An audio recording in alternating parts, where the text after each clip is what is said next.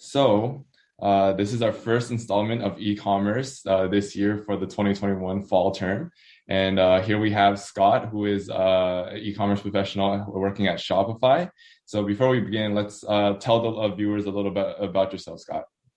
Yeah, thanks so much, Kevin. Great to be on with you today. My name is Scott Siragusa. I've been at Shopify for almost 5.5 years now. I think in a month it'll be my 5.5 years, which is crazy to think. I grew up in the Kitchener-Waterloo area. Went to Laurier, did my BBA there. I didn't do co-op, which maybe we'll get into later if people are interested in that. And then I worked actually at the university for a year afterwards as a paraprofessional in the Department of Residence, and then started my career at Shopify in 2016. Awesome. Yeah, that sounds good. Yeah, co-op, the applications, like the results just came out. So maybe a few students would like to know about that. But yeah, so what is your role specifically at Shopify where you work? Yeah, so it's currently an upgrades coach is what we call it. So I actually started, and I've held a few different roles at Shopify. So I started in what we called outbound sales, and then moved into what we refer to as the expanding segment. So outbound sales was primarily cold calling, stuff like that, like cold outreach. And then when I went into the expanding role, we kind of did a resegmentation of our entire strategy. And I started working with some of our larger clients. So working with people who had like 10 to $25 million of online revenue coming from a competitive platform to Shopify, or anywhere north of, I think it was like $50 million of total revenue. And then, just a little over 2 years ago, I became an upgrades coach. And what that actually means is I lead a team of what is 11 people right now who are selling the Shopify software to people who are currently on the Shopify platform and looking to upgrade to that enterprise level plan. Yeah, that sounds really cool. And so out of university, how did you decide, oh, this is the direction I wanted to go? I don't actually have a really great a great answer to this because I kind of just fell into it. So I had kind of a weird career trajectory from Laurier. So I went into it thinking I'm going to get my CPA. I think it was just a CA at the time, but it ended up being a CPA. I took my first intermediate accounting class, and I was like, I don't think I want to do this for the rest of my life. So I ended up kind of pivoting. I went into the more creative side. It's part of my personality. I love photography and things like that. And so I was like, oh, maybe marketing is the way I wanted to go. And so I ended up in fourth year specializing in brand communications and marketing. Thinking about that. And as I was working at Laurier, I thought, you know what, I really do want to do this. I want to get into marketing. And so started meeting with some industry professionals, some people who have done this before. And then I kept hearing this, hey, you should think about sales. You might be really good at it. And so I kind of just felt like I was like, hey, I need a job. And so my aunt and uncle were like, hey, have you heard of this Shopify company? And I was like, no, I don't really know what e-commerce is. And I didn't really know what it was a couple interviews in. And then all of a sudden I was just like, okay, maybe I'll just apply and try sales and whatever. And so I kind of just fell into my lap, and I absolutely love it now. I couldn't imagine being anywhere but tech or e-commerce for that matter. Mm-hmm. Yeah, that sounds really interesting. It seems like a lot of your friends and family pushed you towards doing stuff like this because they see parts of your personality. And that goes into my next question, which is how did your time at Laurier really set you up for a successful entry into your career path now? Yeah. Well, I think I'll touch back on that co-op thing. So much of the pressure that folks put on themselves early on in their university career is co-op.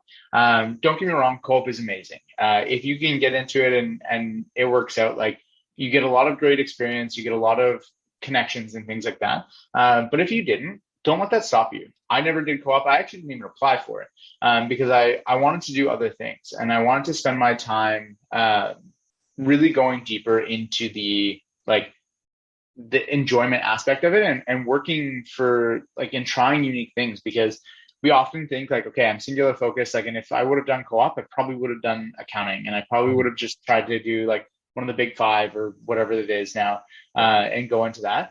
But I got involved. I did like intramurals. I was a part of like the Dawning and Locust communities, and I did stuff at like school that broadened my network and got me the soft skills. And so when I think about it now and how I hire today for folks that are coming out of school, like there's things that I can teach and there's things that I can't teach. And so my like how Laurier set me up for success is like it got me those experiences that like people can't teach you. They can't teach you like how to be a personable human being. It can't teach you how to work hard. It can't teach you like I don't want to teach people those things, but like Laurier taught me those things because I was so involved, I had to get my schoolwork done really quickly and I had to do it efficiently. I had to do those things to fit it all in to do the things that I wanted to do.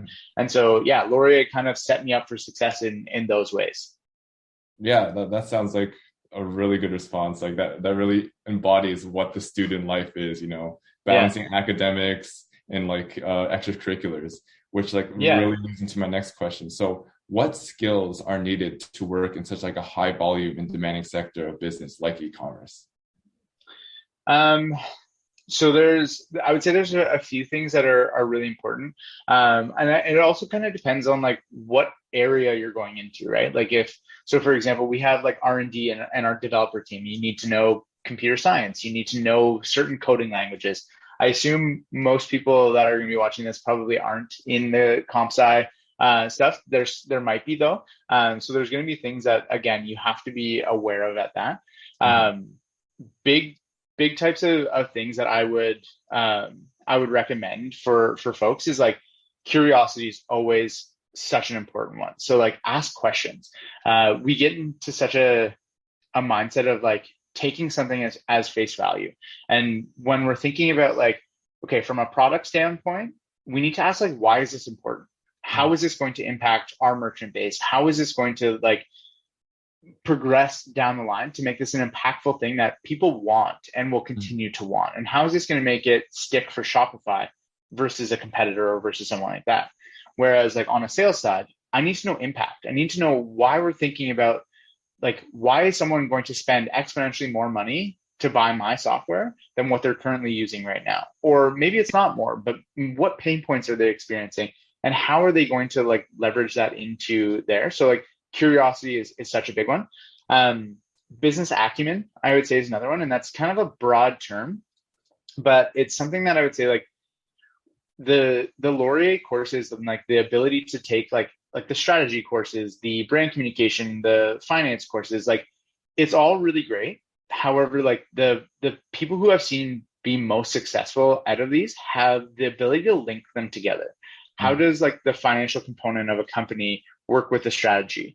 How does the marketing component get them more acquisitions? And like, how are they thinking about like, okay, if I have my total profit of this, how am I going to spend that next year? And then you have to think like a business owner. And that's what business acumen is to me. It's understanding how a holistic business operates and knowing what to do with that. Because at the end of the day, like Shopify is a great platform from the most basic plan to our enterprise plan. And the reality of it is like when you're thinking about that as a whole, like there could be something going on in someone's world, right? Like there could be like, especially with COVID, like people have had manufacturing issues. I'm sure most people who are going to watch this have had something delayed by like from an online shopping experience because the manufacturing wasn't correct.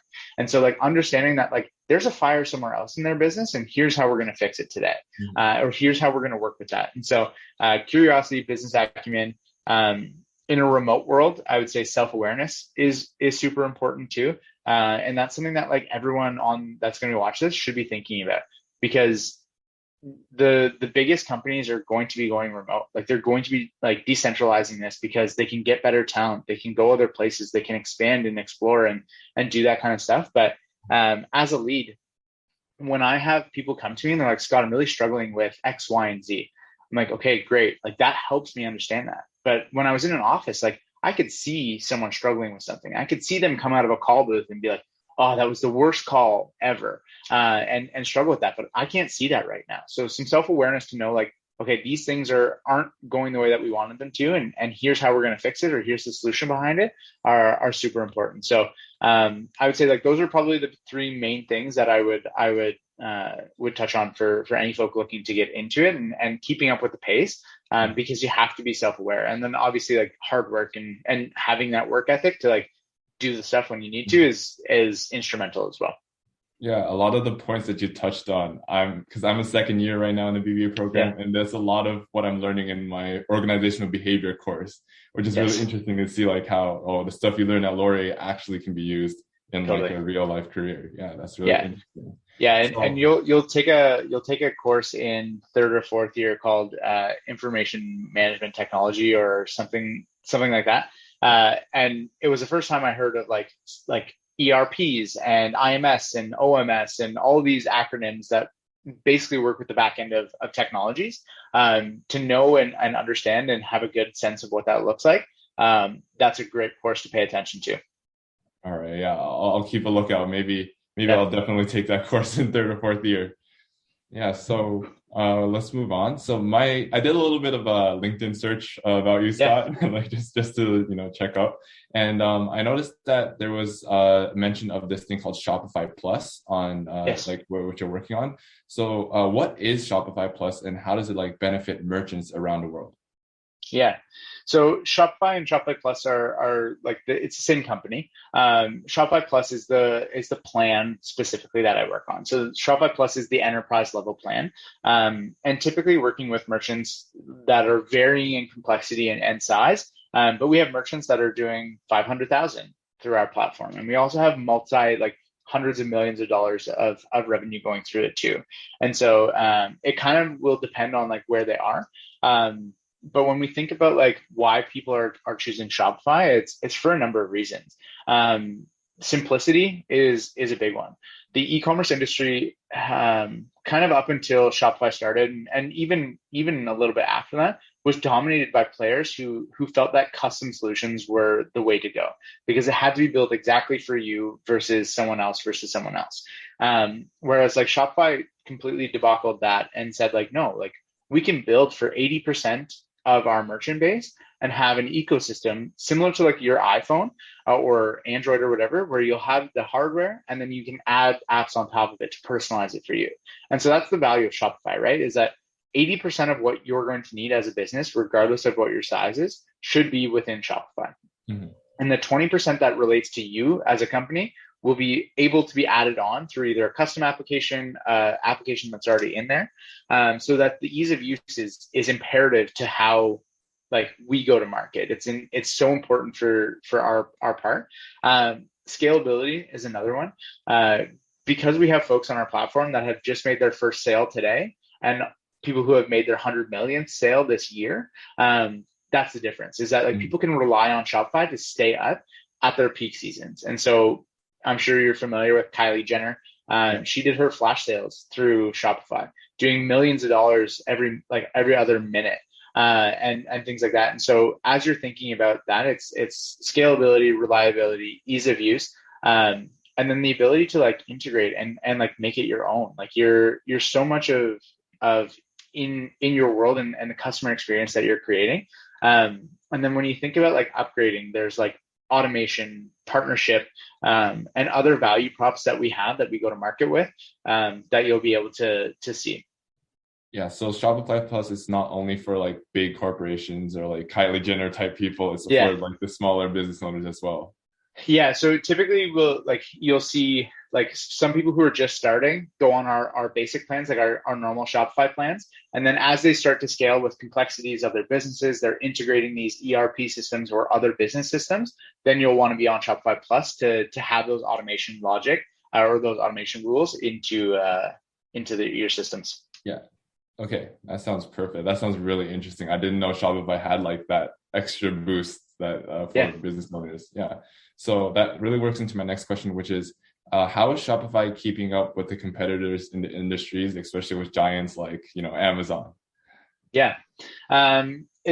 So Amazon and Shopify are very different. And there's obviously a lot of competition in terms of like traffic. Shopify actually just passed Amazon for the most online traffic, I think in Q3, which is super exciting. So in Q3, for anyone that doesn't know, is our third quarter of the year.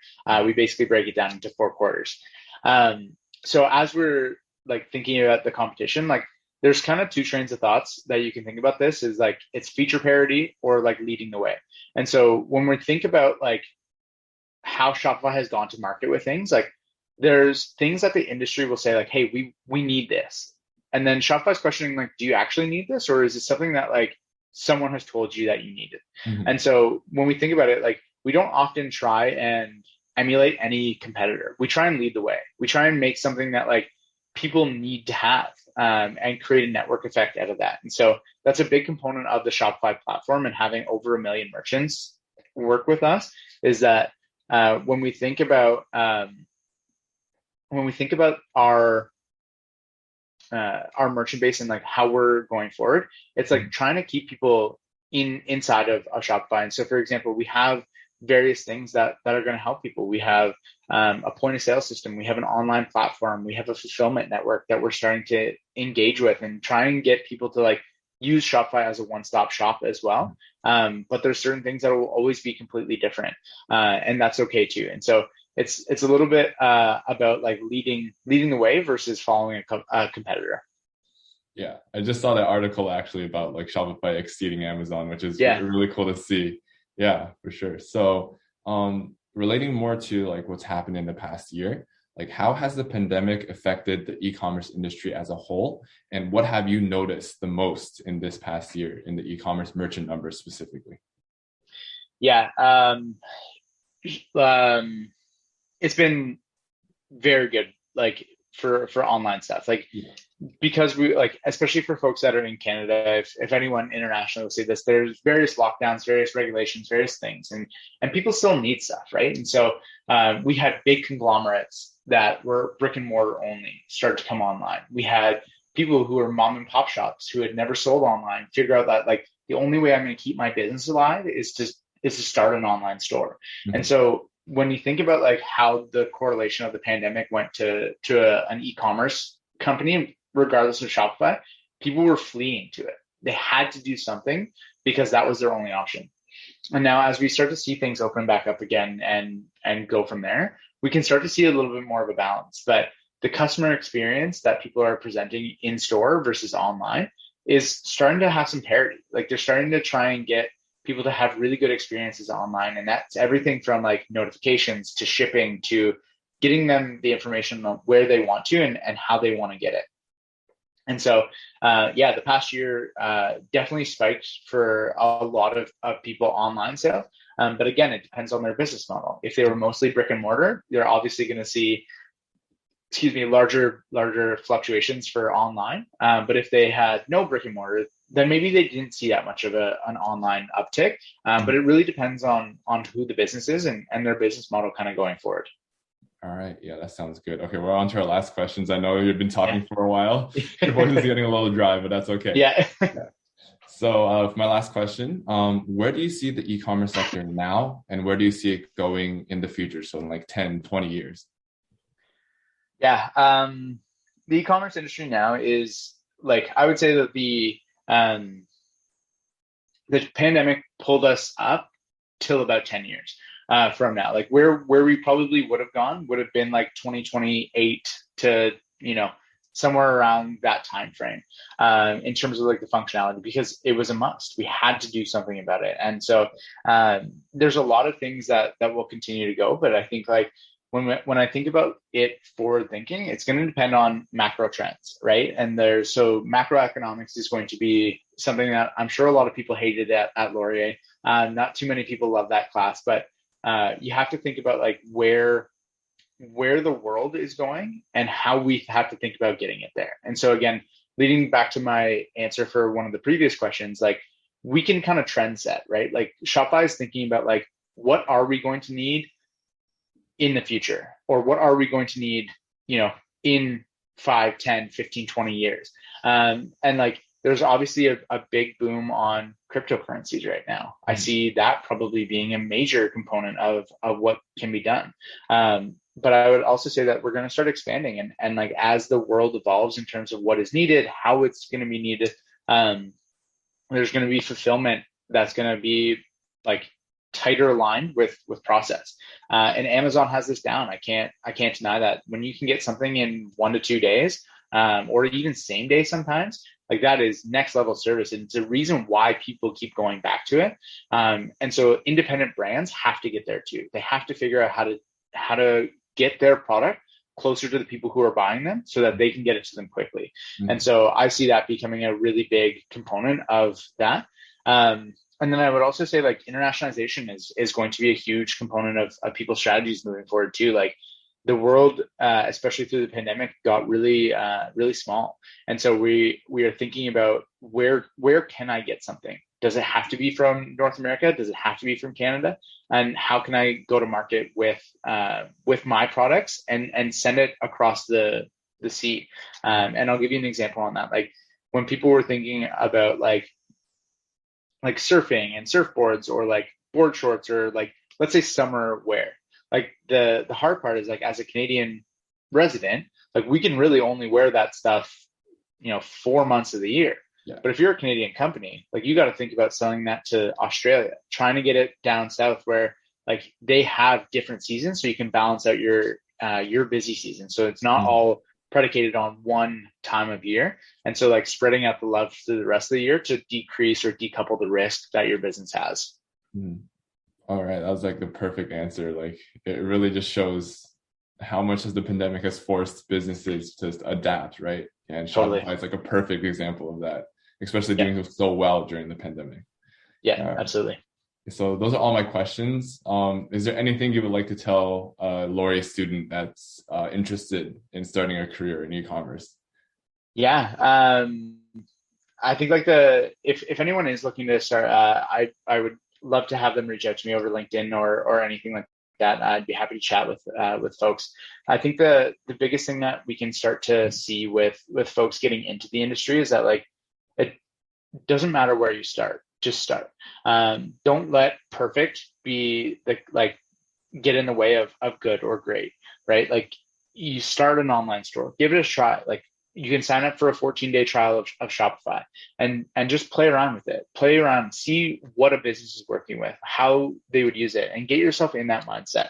Because once you're in the mindset of a merchant who's actually selling it, it provides a different viewpoint. And when you're thinking about a competitive landscape for interviews and things like that, it's going to differentiate you. You're going to actually understand a little bit more about like how an application is working inside of Shopify, how this email marketing platform is working, how Shopify is working, or how someone in the industry is doing things, or even an agency partner, for example, that builds websites. Like how they operate and how they interact is going to be super important.